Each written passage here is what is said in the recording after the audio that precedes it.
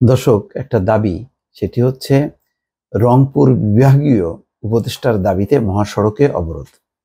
অর্থাৎ রংপুর বিভাগ থেকে উপদেষ্টা করতে হবে, সেই দাবিতে অবরোধ। কয়েকদিন আগে দেখলাম সার্জিস আলম তিনি আঞ্চলিক বৈষম্যের কথা বলছেন, যে উপদেষ্টা পরিষদে এক অঞ্চল থেকে 13 জন উপদেষ্টা, অর্থাৎ চট্টগ্রাম বিভাগ থেকে 13 জন উপদেষ্টা, ঢাকা বিভাগ থেকে 7 জন, খুলনা থেকে 1 জন, আর রংপুর এবং রাজশাহী থেকে কোনো উপদেষ্টা নেই।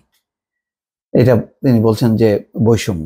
এখন সেই কথার পর এখন দেখা যাচ্ছে যে শিক্ষার্থীরা এখন রাস্তায় নেমে গেছে। বুধবার বেলা 11:30টার দিকে রংপুরের বিভিন্ন শিক্ষা প্রতিষ্ঠানের শিক্ষার্থীরা লালবাগের সামনে জড়ো হন। সেখান থেকে তারা মিছিল নিয়ে বেগম রোকেয়া বিশ্ববিদ্যালয় হয়ে মডার্ন মোড়ে যান। বেলা 12টার দিকে ওই শিক্ষার্থীরা রংপুর মহাসড়ক অবরোধ করে মডার্ন মোড়ে বসে পড়েন। এই সময় সেখানে বক্তব্য দেন বৈষম্য বিরোধী ছাত্র আন্দোলন রংপুরের অন্যতম সমন্বয়ক ইমরান আহমেদ, আশফাক আহমেদ সহ অন্যান্যরা। এবং সেখানে তারা আবার একজনের নাম বলছেন, যে জাতীয় নাগরিক কমিটির সদস্য সচিব আক্তার ভাইকে উপদেষ্টা করতে হবে। বক্তারা বলছেন যে অন্তর্বর্তী সরকার রংপুর ও রাজশাহী বিভাগের সঙ্গে বৈষম্য করছে। অন্তর্বর্তী সরকারের উপদেষ্টাদের 13 জন চট্টগ্রাম বিভাগের হলেও উত্তরাঞ্চল থেকে কাউকে নিয়োগ দেওয়া হয়নি। অন্তর্বর্তী সরকার এইভাবে চললে আঞ্চলিক বৈষম্য আরো বাড়বে।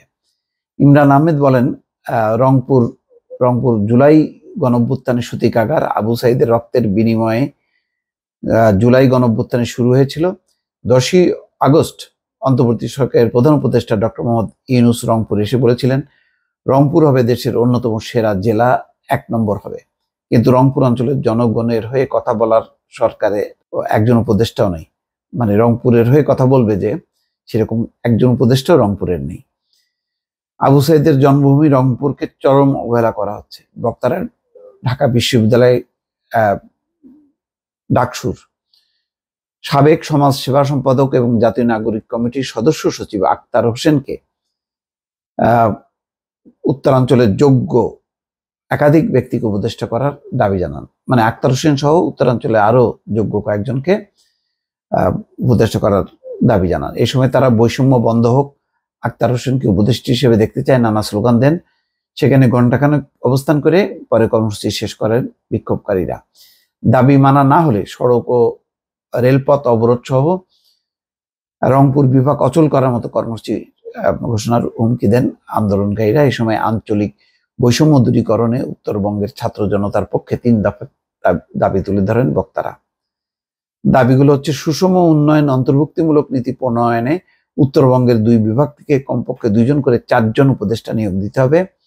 সরকারি বিভিন্ন প্রতিষ্ঠানে আমলা ও কর্মকর্তা নিয়োগে আঞ্চলিক বৈষম্য করা যাবে না। সেই সঙ্গে প্রত্যেক উপদেষ্টাকে কার্যক্রমের অগ্রগতি সাপ্তাহিকভাবে জনসমক্ষে প্রকাশ করতে হবে।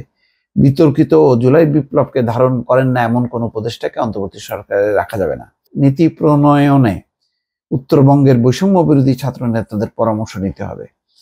এর আগে গত সোমবার মঙ্গলবার বিকেলেও শিক্ষার্থীরা আক্তার হোসেনকে অন্তর্বর্তী সরকারের উপদেষ্টা নিয়োগের দাবিতে শহরের প্রেস ক্লাব মোড়ে সড়ক অবরোধ করে বিক্ষোভ করেন।